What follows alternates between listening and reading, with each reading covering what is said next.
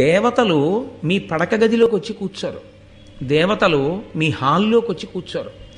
దేవతలు ఎక్కడికి వచ్చి కూర్చుంటారో తెలుసా అండి? అందరూ మీరు పూజ చేసేటప్పుడు ఆవాహయామి అంటే వస్తారు.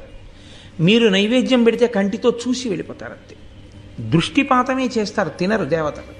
ఇంటి నైవేద్యాన్ని, మీరు ఇంట్లో పెట్టే నైవేద్యం ఏదుందో దాన్ని దేవతలు తినడం అన్న విషయాన్ని వేదం అంగీకరించలేదు. అలా లేదు ప్రమాణం, అలా తినరు. దృష్టిపాతం చేస్తారు, కన్ను విప్పి చూస్తారు. అంతే, చూసినందుకు అది ప్రసాదం అవుతుంది.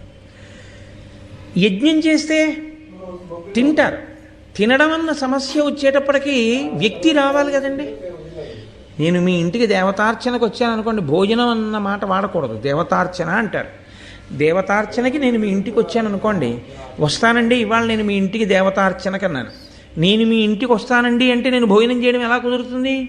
నేను వస్తేనే కుదురుతుంది.